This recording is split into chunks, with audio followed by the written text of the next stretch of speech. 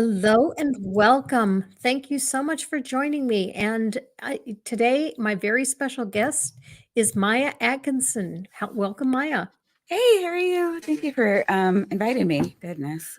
I'm really glad you thought to say this because after what went on in Florida, hmm I feel like Black History Month has kind of taken a back seat. And yeah, I have not heard anywhere near as much about it this year as I did hmm in previous years. Is it the same for Yeah. you?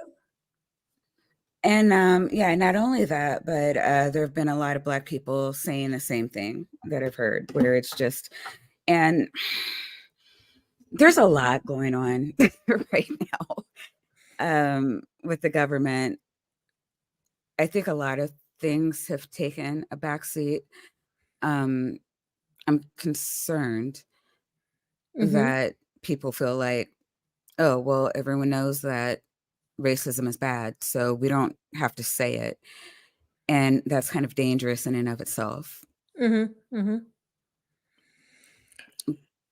But I'm sorry, what were you saying? No, I wasn't saying anything. I was waiting for you to finish, but one of the things that comes to mind for me, hmm I rewatched the movie Selma for Martin Luther King Day. Okay. And one of the things that really struck me in that movie was when Martin Luther King Jr. went to President let's see, I guess it was Johnson at the time. And Johnson kept telling him, well, we've got these other issues right now that are important. You need to wait. You need to wait. You need to Yeah. wait. And Martin Luther King Jr. told him, look, we've been waiting for over 100 years now. Or for whatever. Yeah, the time for waiting is over. And Right. I kind of feel like that's where we are again. It's different. We've been fighting, and I think a lot of things have come to the forefront. So right now, we're not fighting for the right to be seen as individuals, which was huge at that Mhm. time. We still weren't seen as people. Mhm. And it was affecting every single facet of our life. Right now, you can more or less skate by, and there are a lot of legal protections. So we see like the rise of, DEI efforts in companies, and which isn't a Black thing, by the way. People are attacking it like Black people want DEIs and it's this like liberal agenda. And I know this is like a weird sidebar, but DEI started because companies kept getting sued because their managers didn't understand the importance of treating Black people like people, or women like people, or gay people like people. It's okay to not be a white man, and you got to put yourself in somebody else's shoes. These were the foundations of DEI, not being sued. So, And there's DEI that. is Oh, I'm sorry. Diversity, equity, and inclusion. I'm sorry. okay. No, that's okay. That's okay. I just wanted to put that out there in case No, anyone's you're right to do it, because I'm using the term because like I see a lot of people like Charlie Kirk and Ben Shapiro and even Mhm. Elon Musk blaming was it Boeing had an airplane that where the door blew up or Uh-huh. like just fell It off. it fell off, yeah. Yeah, Mhm. and that was all because of DEI. And I'm like, it sounds like your managers don't know how to hire. If particular, but you do you. Um, just because it's been such a huge thing in the news since that tweet, I think I assume that more people on Twitter than actually are or understand what's going on in the news. I'm a news Mhm. junkie. Than actually do. So thank you for correcting me on that. Or prompting me to explain myself. And I probably will use a lot of jargon and terminology. And if you believe anything would be unclear to your audience, please interrupt me. Sure, no Um, problem. However, DI isn't a Black thing. It Yes, it's I mean it's just not. it's a It minority thing. A minority thing. Thank you. Which includes women. Even though we're majority, we're still minority in the workplace. We're still a marginalized group in the workplace. Mhm. We're actually, despite the fact that we're the majority of Americans, we are still a marginalized group in America. So I hear that a lot too, where it's like, well, why, women are a majority. Why? I'm like, we have no power. That's gonna keep Because we don't. right. Like we're still marginalized. That's why we keep getting thrown in these groups. Take So a I don't look at want the people to forget that. Alabama, state legislature. Mhm, I think there's mhm. 3 women in the entire, House and Wow. Senate combined. Wow. Okay. That's interesting. Yeah, it's there's 50 states. So it's hard for me to, I know what's going on in my own state, but yeah, thank you. That is sad. Mark Caesar has an interesting comment. He says, "Isn't it telling that DEI can be self-explanatory to the Black culture, but not the white culture?" That's fine. That, I try to recognize and count my privilege Mm. when I see it. Not everybody has been trained to do that. I mean, I'm kind of like this SJW communicator, for in the skeptic community. So I am kind of and also I am a diversity and inclusion trainer, Oh. IRL. Mhm. So I mean, well, I'm an HR director, so it's kind of inherent in the role. Mhm. Mhm. Um, so there's a lot of things that I see that other people take for granted only because I have to deal with it as a profession. And you know, I I think the thing that I hate that is kind of part of this us versus them is that people who have privilege should feel bad about having it. We hear a lot about white privilege, and I really can't express this enough. White privilege is not money privilege. Money privilege is a different thing. I have money privilege, um, and not. I'm not rich. I'm not wealthy. I'm not part of the 1%. I had two middle class parents. I was raised middle class. They shared their resources with me, which allowed me to be in a better position to do well than black or white children that came from less privileged neighborhoods, Mhm. Mhm. or that didn't have a totally private education. You know, there's so I'm not wealthy, but I do have money privilege. I don't have wealth privilege. That would be nice. I do have money privilege.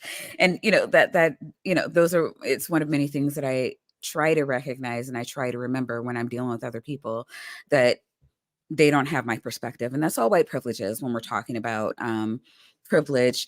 It's not you should feel bad for being white and man and cis and het and heterosexual and da da da da.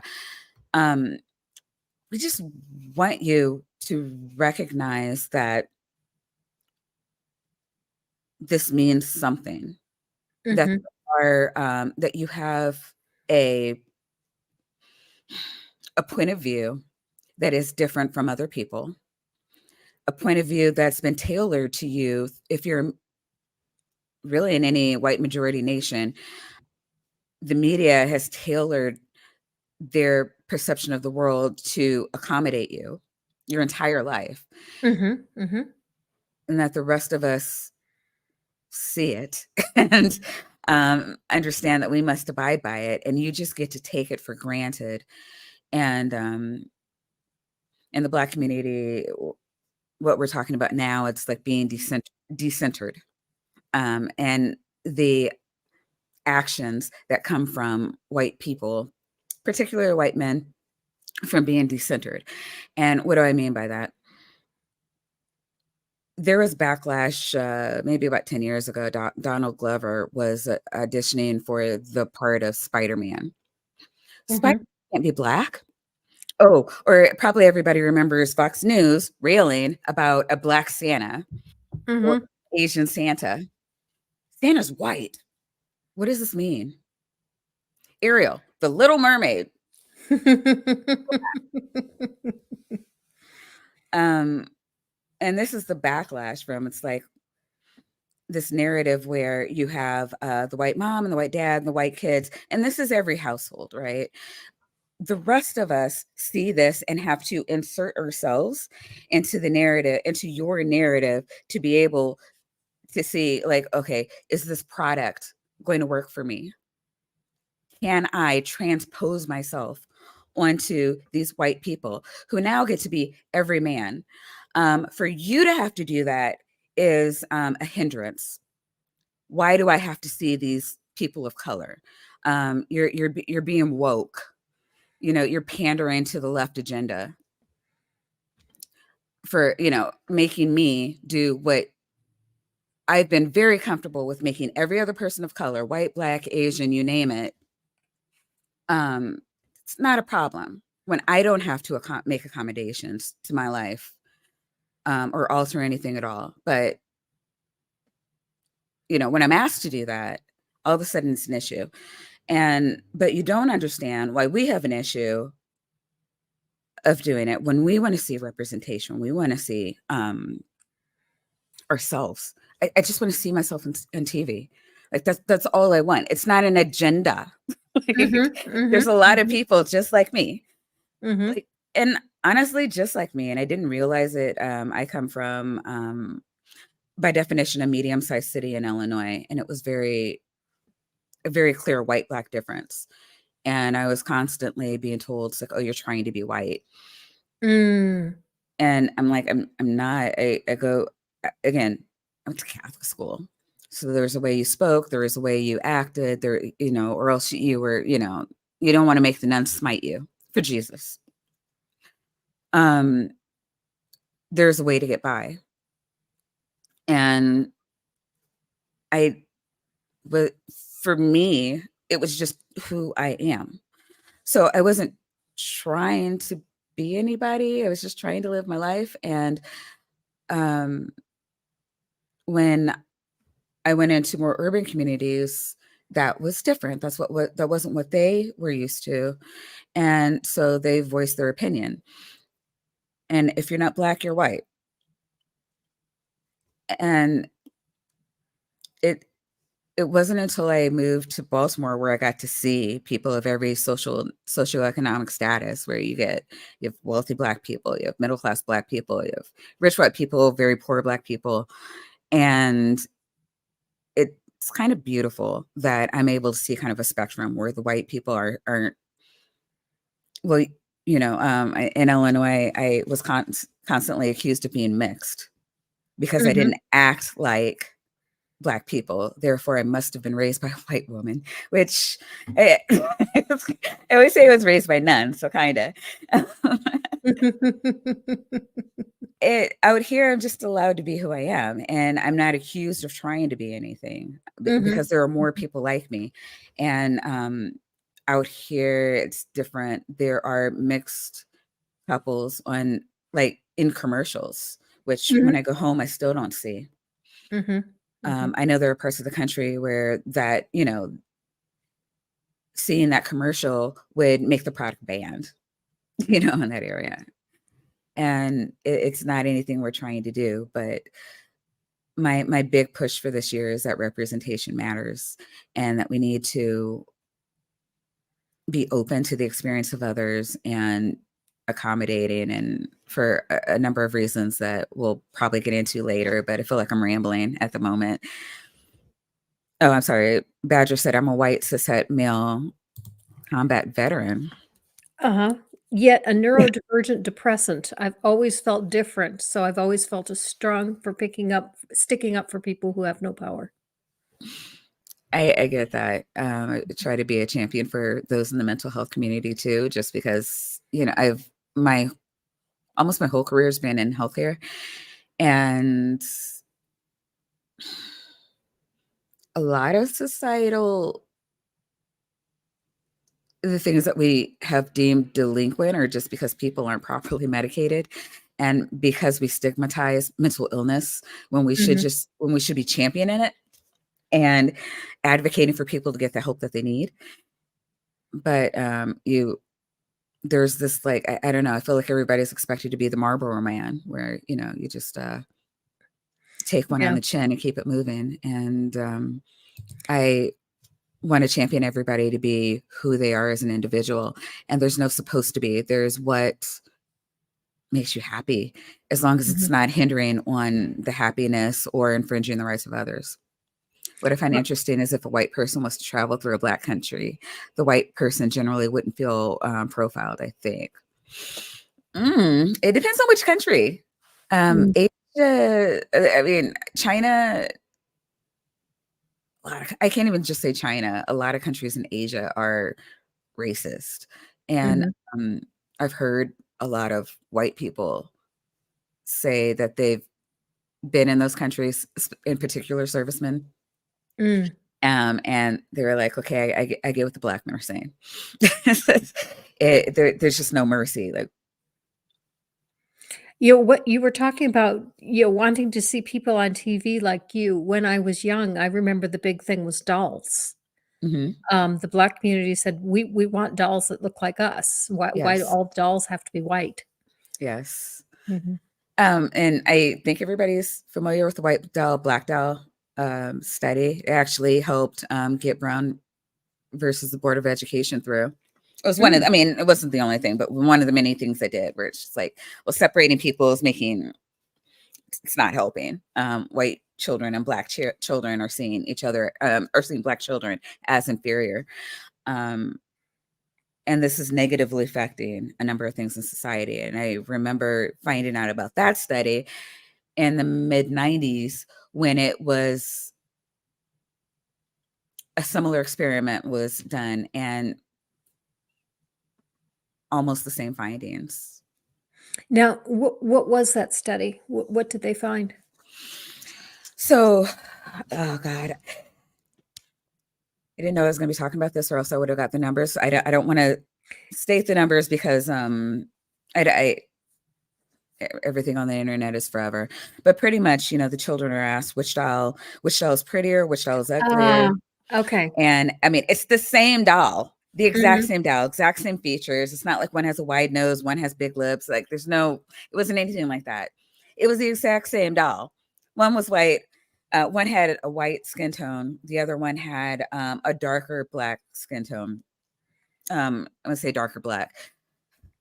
The skin tone of the African American, I would be considered to be more on the lighter side. And then we all know, African Americans that have much darker complected than me, and so someone that would be considered dark skinned, that was the other doll. mhm, And just having these two dolls, which I believe same features, same clothing. Which one's prettier? The white doll is prettier. Which one's smarter? The white doll is smarter. Which one's more successful? The white one. It just mhm, mhm, mhm, consistently across races. I mean, between the races, because I believe it's only white kids and black kids. And again, children. And so it was tiered, uh, like the ages, they were kind of tiered, but and you saw slight differences between age groups. But I think the bigger takeaway is that there is this societal, even if you're not overtly being taught black people are inferior, it is coming through right, right, society, mhm, and the actions of your teachers, your parents.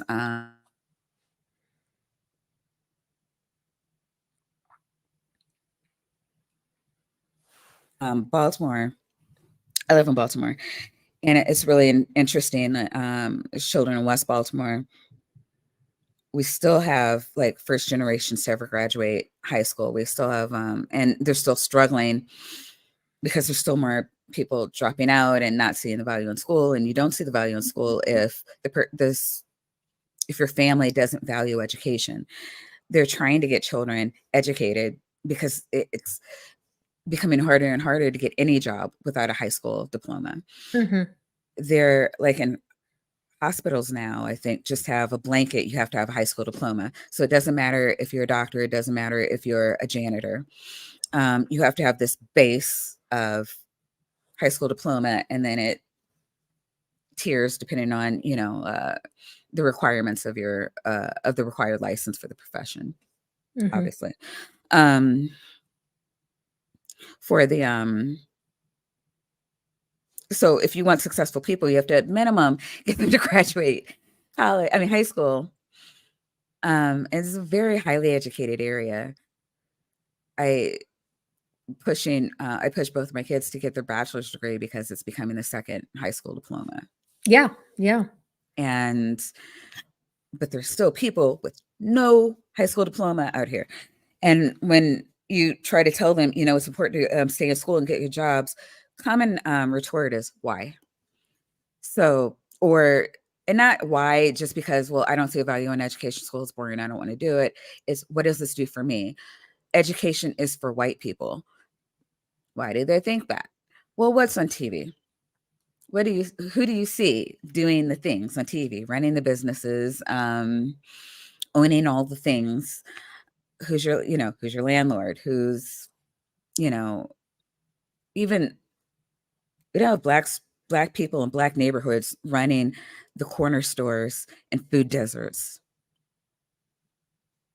And this is what I mean when I say representation matters. When anybody doing anything is not black,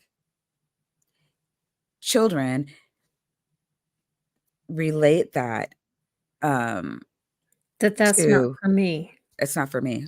Yeah. And we do this just like when we're taught like how children learn language. They don't, they'll say things like, well, I went to the store and I buyed Mhm. a chocolate bar. They're not learning language. They've never heard anyone say bide. They're learning, our brains are like pattern detectors. So what they hear is people using past tense. And so I'm going to learn rules. And this is what children learn, rules.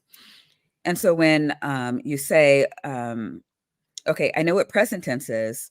Now I have to translate this to past tense. And the word for past tense isn't readily coming to mind. I'm going to apply a rule.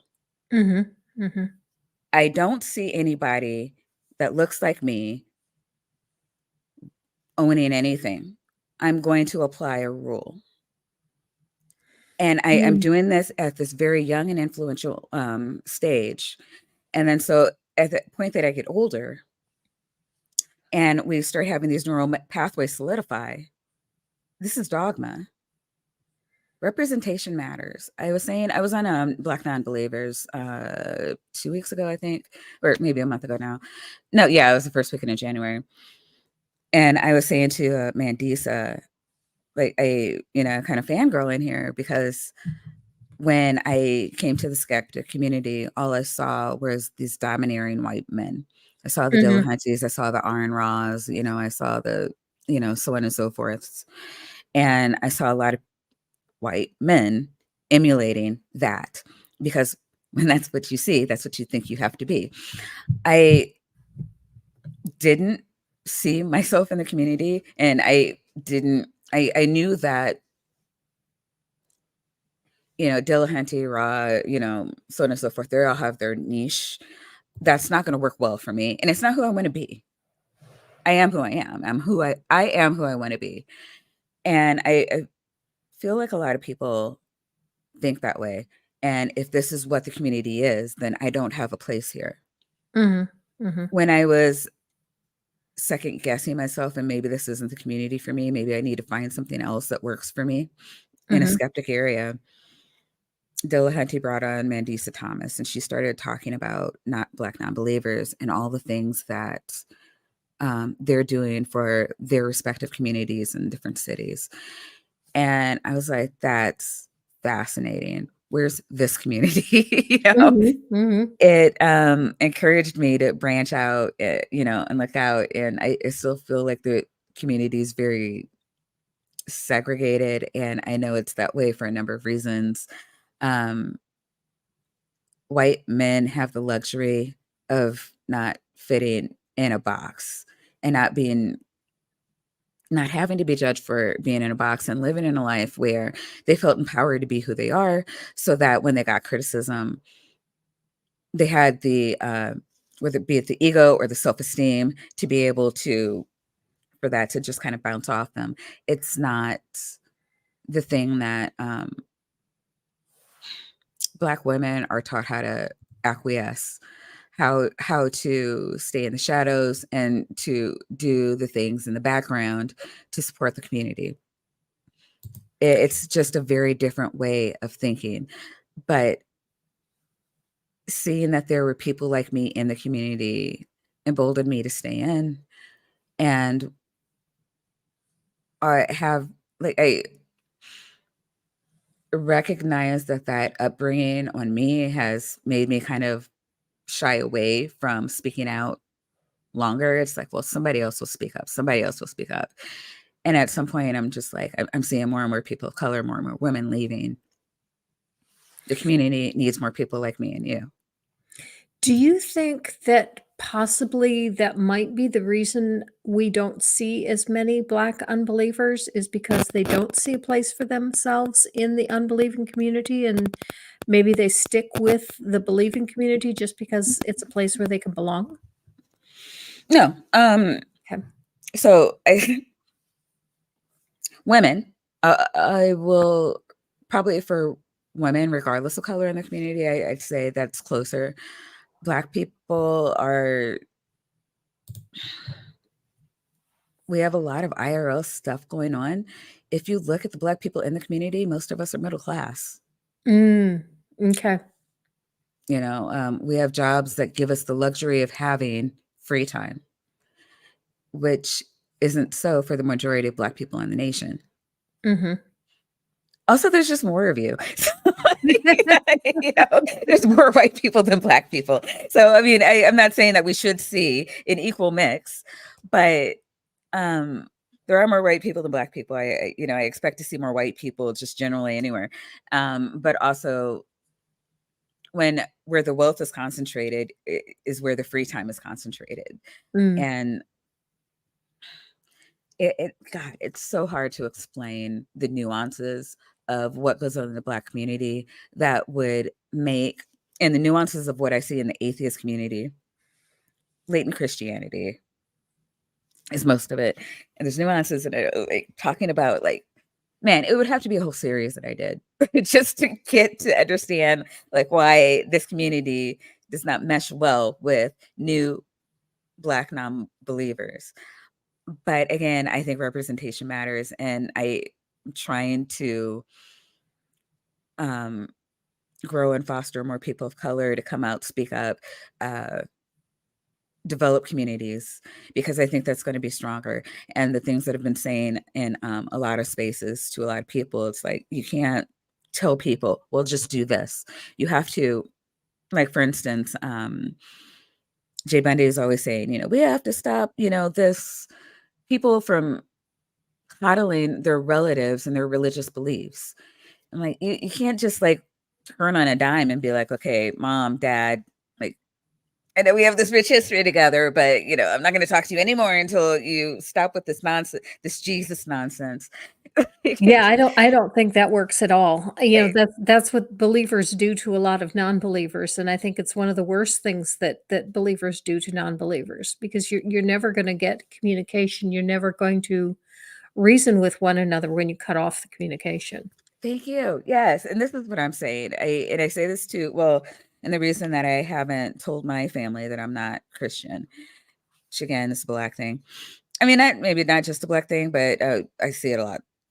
I think every Black non-believer I've met here has the same kind of thing, where it's just you use a lot of your credibility as a non-believer. It's like, well, you don't have Jesus, you're amoral. I don't have to listen to anything you say on morality at all. It's easier for me to guilt them into submission through, you know, the teachings of Jesus than to try to talk them out of their religion. Um, Mhm. but, but that aside, name drop, hey Jay. Um, let me think. I What I like about Black non-believers is that they're strengthening their community and growing the community. And that's what we need. We need people to be able to point to something and say, see here, these are good people. And this is what I'm connecting myself with. Because right now, what most Christians think about atheists is that we're like devil worshiping baby eaters. You know, Mhm, it's mhm. like, Let's move to the main topic of the yeah, night, which is sorry. What should we do to celebrate Black History Month? This isn't, separate from that, Okay. honestly. Um, So I guess what you're saying is the best thing that we can do is encourage representation. yes! Thank you. I was Okay. like, how do I that's the best summation of it. I love you. Man, I think it floored me when I heard you say once that, I could tell the kind of mental decline I've had. 20 years ago, it's much sharper. I'm like, I don't understand how you're not ruling the world right now. You're one of the sharpest Oh, people I I've love you, met. Maya. I love you, Maya.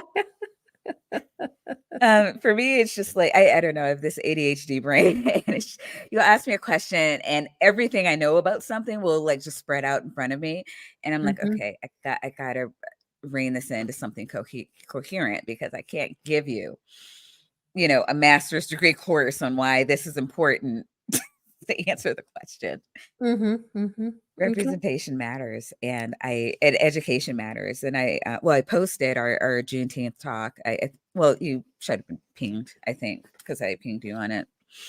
Was that last week or the week before when we were talking about how to celebrate Juneteenth? And I don't Yes, yes. think Mhm, that mhm, my opinion has changed mhm. tremendously. I don't celebrating Blackness is important, but there's too much othering still going on right now where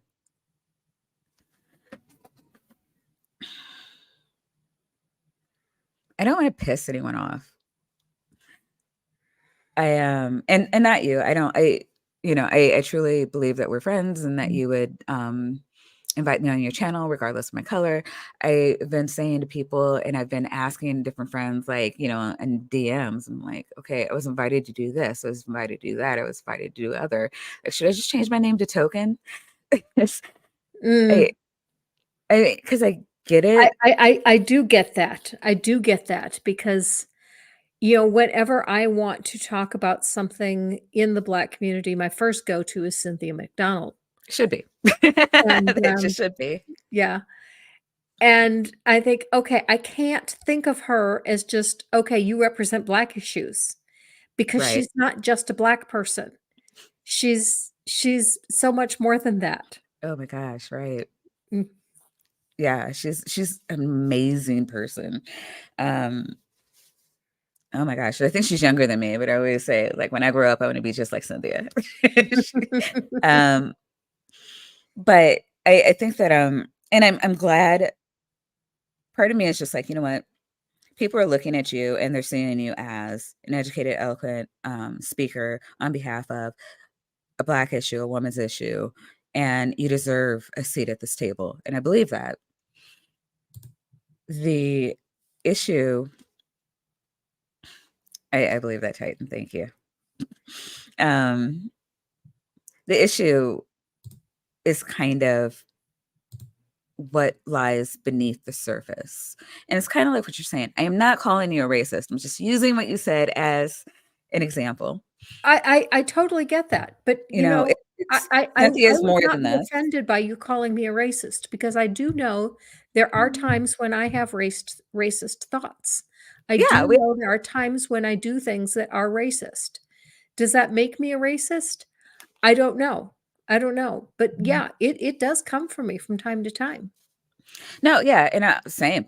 There's been so many times when called myself a transphobe, and it's just mostly because I've misgendered all of my trans friends. It's just like, don't be like me, like God, have a better brain. Um, and I love them, and I'll fight for them with my dying breath, even if they won't fight for me, because that's the world I want to live in. But yeah, we're all bigots, and it is a facet of the society that we've grown up in, and it's not bad to fail. It's bad to not try. Failure is a part of success. And I think we need to do better at normalizing failure when we see someone trying to do good. I have never, yeah, fair in fairness, I have never looked at Stephanie as a man, so it's pretty easy. Um, but there's been a lot of people who I knew as a man and are now, Yes, that you is know, very d occasionally misgender my son. yeah, yeah, or, Beck was the hardest one. I don't know why, but it God, that killed me. And I was just like, "Maybe like, do I secretly hate Beck?" And then Ember came out as a woman, and I was just like, "Oh, no, this is worse."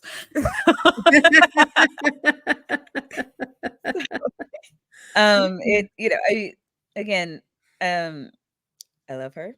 And if you act like me, I will ban you from my channel. So I get to be a hypocrite and a bigot. But I mean, here's the thing. We're all bigots. We're all hypocrites. We're, again, especially if you're American. I'd say especially if you're American, probably it might actually be worse if you're not an American because you were raised. That would almost mean that you were raised in a more homogenous society, and things were more catered to you, and you have not had to cater to others, and it's still not being pushed. Like this is kind of like an American thing that you're choosing to involve yourself in and grow, grow in for self-development. You don't have to do it. And, for all the non-Americans, I love you much because it believe me, we understand. It would just be easier to not. But I've been holding a couple of questions for quite for some sure. time. Okay, go ahead. Both are from Mark Caesar. The first one is, do you think education is the key to fighting and beating racism in the United States?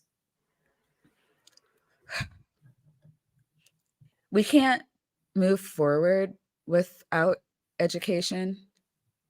Action is the key to moving forward.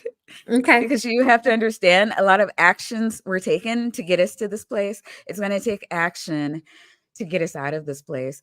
And you can't have 400 years of suppression and just say, well, we stopped suppressing you. So we don't need to act to help you and expect things to just get better. Mhm, mhm. We it's going to take a lot to get to a place of equity.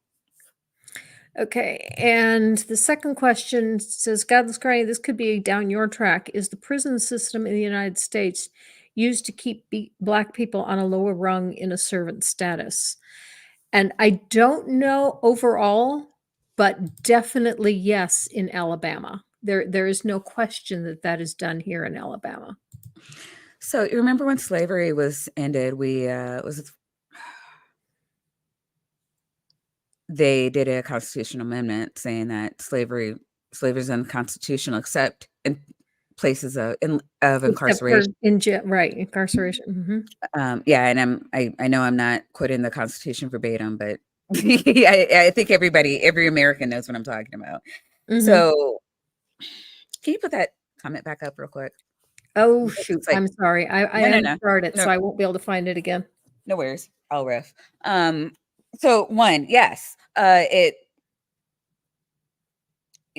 have to remember the police forces started as the slave patrol, Mhm, um, and then in prisons immediately following slavery, what we had was these punitive laws. Even I mean, pretty much just being Black in public was a prisonable offense. We immediately had Black people being shuffled into prisons, and then them being leased out to other businesses or whatever for money. I remember looking at Tennessee's laws at one point. Slave labor or mhm. prison labor was 10% of the Tennessean economy, like that the money coming into the state, 10%. If you can imagine, they had to take laws off the books where if a Black woman got pregnant and prisoned, that her child wasn't a prisoner for life. I mean, there's just no question that prison was meant to be the system where we shuffled in slaves. It's Mhm. been expanded to poor whites, but it Yeah. when you see I don't know, it's just it's really convoluted, and I'm trying to not get, like, too detailed because I know it's like a one-hour conversation, but when you look at what, the overpolicing of Black areas, the, how things are being legislated, like, even, like, the crack versus cocaine, and I know that went away, but, like, why are we having higher penalties for crack than we are for cocaine? Or, why does this look like this, or why does that look like that? And there's different things going on in different states, and it's very apparent that prison was made to further oppress the Black community. And through the years, it's getting more broad and less blatant. But I can't say that it's not. I mean, Black people are like 13 or 14% of the population, just under 14% of the population, but like 40% or something of the prison Prison population. population, yeah. Well, You can't say that that's not systemic. mhm. Another big part of it is the jail system and the bail system. Hmm. Um, I I had to go visit I went and visited a woman in jail just a couple weeks ago, and I was appalled at the conditions that she's living in because this is county lockup, this is not prison. Right. And so the day room has no TV, there are no books. It's just it looks a lot like the old monkey cage at the zoo. Right. It's just there it's a room, although there were chairs, and there's glass windows so the guards can see in and see what's going on in there, and there's a couple prisoners in there that one of them was pacing back and forth Hmm. and doing squats at each end of the room. And I thought, she's doing the best she can. Yeah. She's getting some physical exercise, and, the other person in there was just sitting in the chair with Hmm. nothing to do, just sitting there. Yeah. And the one that was pacing, she looked like a caged animal, but She was. yeah, and she was doing the best she could do. Now, the woman I went to visit has been there for 6 months now, God. and she Wait. still doesn't have a trial date. And that is the great tragedy, is that Yeah. more than half the people that are incarcerated aren't even in prison. They've never been convicted of Hmm. anything. Hmm.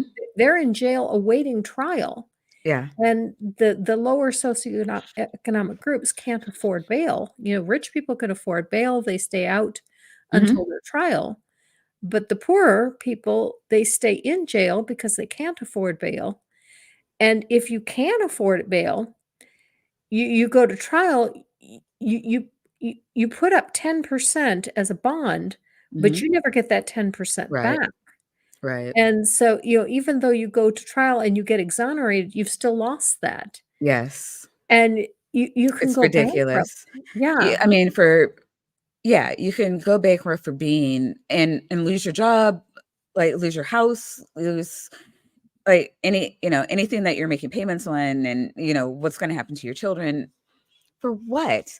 I didn't do anything, you Mhm. know, Mhm. or whatever I did was so horrible that the prosecutor decided to drop all charges. Mhm. Mhm. You Mhm. know, I and for this we're ruining people's lives. And I am very happy for my home state of Illinois, who has abolished bail. Like Oh, you really? get, They did? yeah, you get, Wow. as long as it's not for a violent crime, you'll get, what do you call it? A notice to appear. Now, Mhm. if you don't do that, obviously, you've proven that you can't be trusted, and they do need to ensure that there will be order in society. But you've been given an opportunity to prove that you're unreliable, at least. Mhm. Mhm. But yeah, what I mean, even like when I was in Illinois, I remember I had as my license was suspended and I was never told about it. And I only went in for, what do you call it? So I'm sorry, they had to take me down. I had a fingerprint and the whole nine. My bill was $25. There are people who don't know anybody that can bail them out of jail for $25. Mhm. It was 6 weeks before I got a trial date. Mhm. So while I got out overnight, um, there are just so many people that, you know, they don't know anybody who can spare $25, lose essentially $25 to get them out of jail. Mhm. Um, let's see. Mr. Shadow Kitty points out excessive bail is a violation of the Eighth Amendment, and that's true. But what's excessive? Yeah. Mm. Yeah, like I said, there's people who can't afford $25. Mhm. So I think Illinois is right in saying that any bail is excessive, and um unless for violent crimes. Mhm. And depending on the nature of the violent crime, so when I say violent, like, a bar brawl, I believe could warrant a bail, and as opposed to a murder, which no, you're just staying with us and there's no bail. And I'm cool with that. But you know, I, I went to jail for not paying a speeding ticket that I didn't know I had gotten. Mm. What? That's ridiculous. Right. That's absolutely ridiculous. And if I I don't know, like today, I don't even know who I'd call. I don't know anybody's numbers. But, even if I had known, if I, back in the day at that time, I had everybody's numbers committed to memory, because it was the 90s. But if, I had a mom on a fixed income and, you know, it, I didn't have any family that, had that, or maybe they didn't have a car. They couldn't make it all the way out to the county to, pick me up because you have to pay in person. And it gets so crazy. Mhm. Mhm. Logan Fisher says, my ex-wife worked with the ACLU to categorize the states that still had fines and fees for people after using a public defender. Yeah, he made a comment earlier. Fines and fees are anti-constitutional. I didn't realize Hmm. what he meant at first, but I see now that what he's talking about is, yeah, after you get adjudicated, you get fined, and then there's fees on top of that. And if you're paying on a monthly basis, you're paying through the nose for a long time. Yeah. And if you default on that, then you go to jail, Yeah. which is de facto debtor's prison, which we're supposedly Yes. don't have. Yeah. That's funny. That is really funny because you can go to jail for not paying your child support. So I don't even know what that law means, honestly. Mhm. Mhm. Okay. Okay, So yeah, but going back to it, I mean, I really want people to understand there's a number of things that I think is important for people to understand. And when we're talking about how to celebrate, it's got to be acknowledging that there's no such thing as us versus them, that all people are equal, and that you're going to see the same things from people when put in the same circumstances. I followed a streamer on Twitch that like this Russian rap group, and they would refer to themselves as I think it was a gopnik, which is as a Russian what? gopnik, which is Russian for hoodlum. Oh, okay. Yeah, Okay. which was white people. Don't tell Dr. Bob. Yeah, and believe it or not, there are hoodlums in every country, regardless of race. And one of the streamers' videos was like, well, what's your term for people in these circumstances? And we saw them in French and Greece and Italy. I mean, just every country across the world had China, and I don't ask me what they were because I can't pronounce any of them. But everybody had a term for a hoodlum because it's poor people who, under the same circumstances that we put Black people in the United States, white people, Asians, Middle Easterners, South Americans, will all act the same way. We're just people. And when you realize that we're not asking for we're not asking for special privilege. Nobody's trying to say that you're a bad person. We'll, nobody's no one wants reparations from you. We do want reparations, but it's from the government. And what does reparations look like? Well, what did it look like for you? There's a time in America where, when America was focused on growing and empowering the population. And, we had things like the Homestead Act, where the government was more or less handing out free land, and supporting schools and businesses to grow and flourish on that land. We had things like the GI Bill, where for returning war veterans, white ones, not the Black ones, for reasons, they were allowed to more or less get. I know it wasn't free housing, but it was tantamount. You're getting a 4-bedroom house for $10,000, like even in the 50s, like that's insane. But and HUD, the Department of Housing or whatever, specifically said, we will grant you these will back loans for you to build housing for returning war veterans if and only if you only give loans to the white ones. There are things in the 80s when we're, trying to claw back welfares by, demonizing Black women for being welfare queens, even though white families have always historically been the largest recipients of any form of welfare that you can think of.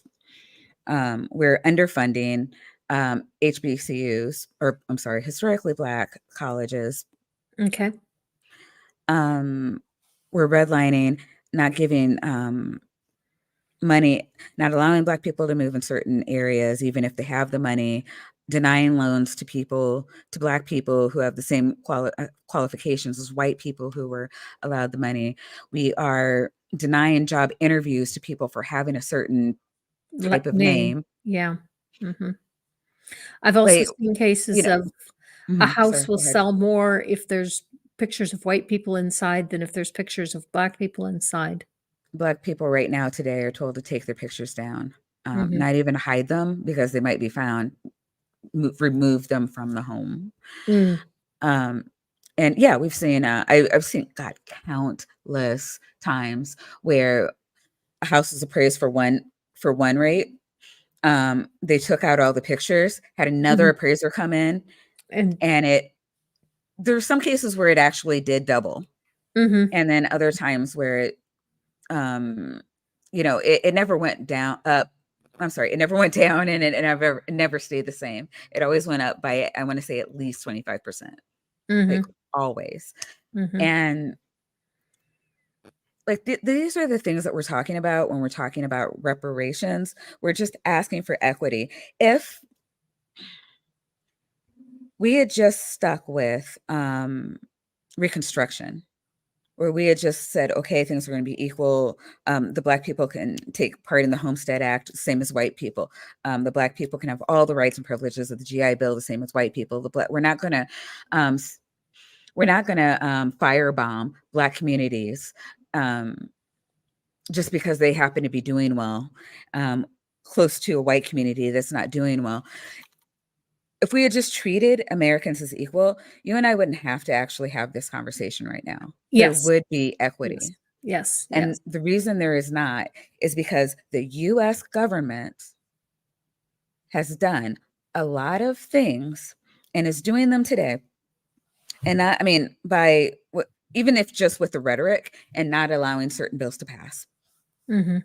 propagating and emboldening this racist stereotype so that even for people who aren't actively trying, there's still this notion that, oh, the white candidate, just like with the dolls, this white candidate must be smarter than this black candidate, Right, right. you know? Purple Rhymes with Orange has a really interesting comment. My late fiance had a European last name and accent, so she got lots of interviews. They often ended the moment she showed up and they saw she was black. Black. Yeah. So yeah, my boyfriend, God bless him, always asked me, it's like, well, you ever thought about leaving this area? I'm like, no, I get to be treated like a white person in this area. Baltimore is like over 60% black. So, when you have that many people in an area, and I'm not saying black people are perfect. People are people. So people are still going to be unfairly influenced by money. You're going to have, they're still going to be doing the predatory stuff that you need the laws to prevent, and, the yada yada. But we're allowed to be good and bad on our own merits. I don't walk into a room and just assume that I'm stupid, or assume that I'm not going to do things. Or there've been times when, like, my brother has worked, he's a contractor. He's worked in a lot of states like Colorado, Texas, what do you call it? Arizona, where the conversation is, I like her, but I don't think that she'll be able to lead this team of men. I don't believe they will respect her, or, just naturally want to fall in line with her because of the perception. I'm sorry. My township got rid of its public beach at the lake because of racism. How dare they take buses to swim in our lake? That is when segregation ended, and white people refused to swim in pools with black people. Across the nation, pools shut down. Mhm. People couldn't swim because, I know a town in Texas that got rid of the school buses because they didn't want busing to integrate the schools. And so they could effectively keep the schools segregated by getting rid of the buses. funny how they're doing that with gerrymandering now. Mhm. Mhm. Yeah, yeah. This is what I'm talking about, how education and action are hand in hand. Dr. Don Hogg says it was in the 1990s. No, no, no. I understand it was in Yeah. the 90s, but again, education and action. Um, they're doing almost everything that's being done now was done decades ago by somebody, if not centuries. Like, a lot of the fascist rhetoric, yeah, sure, we see it from Nazi Germany, but we also see it from, well, where the Nazis get it from. They were looking at what America did to the Indians, or the Native Americans, sorry. It, all these things kind of feed into themselves, or a lot of the anti-Semitic tropes that are going on today are things that have been going on since the Middle Ages. Like, a lot of the anti-Semitic tropes from today started in like the 1500s. It, Yeah. and yeah. This is a really good comment to end the show on from Stephanie Helms. We won't need to have Black History Month when we acknowledge Black history as American history and world history fully. So long as there is no truth, reconciliation is put off. Yeah, I've seen people complaining, why do we have to have Black History Month? I complain about that. Yeah, and oh no, I see. No, Okay, I see I what know what you're saying. I know what you're saying. yeah. And I think you, me, and Stephanie are on the same page. Mhm. Black history, Black American history is American history. Women's Right. history is American history. LGBT history is American history. All we get to see is this deified version of, I can't even say white history. It is of the deified version of the government's history. It doesn't really talk about what it took to get where they, to the part where they're at. And the part where they're at is still whitewashed. It doesn't talk about the strife that was going on while they were trying to get through it. I mean, just, we hear so much about, well, women got the right to vote in 1920. How? Mhm. You know, Mhm. I went Mhm. into that.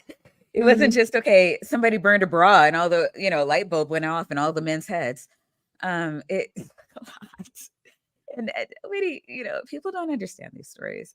I do. I like the idea of ending on that, because I was saying this in my comment section to someone else. We just want fair and representative history. I remember in my one of my history classes at middle school, we actually went through Hitler's manifesto. Mm. And there were, we had kids of Jewish descent and German descent, and black kids and white kids, from, every kind of background you can think of. And nobody was side-eyeing the German kids, and nobody was like, "Oh, woo woo, you Jewish kids. Like, how can you even like sit through this?"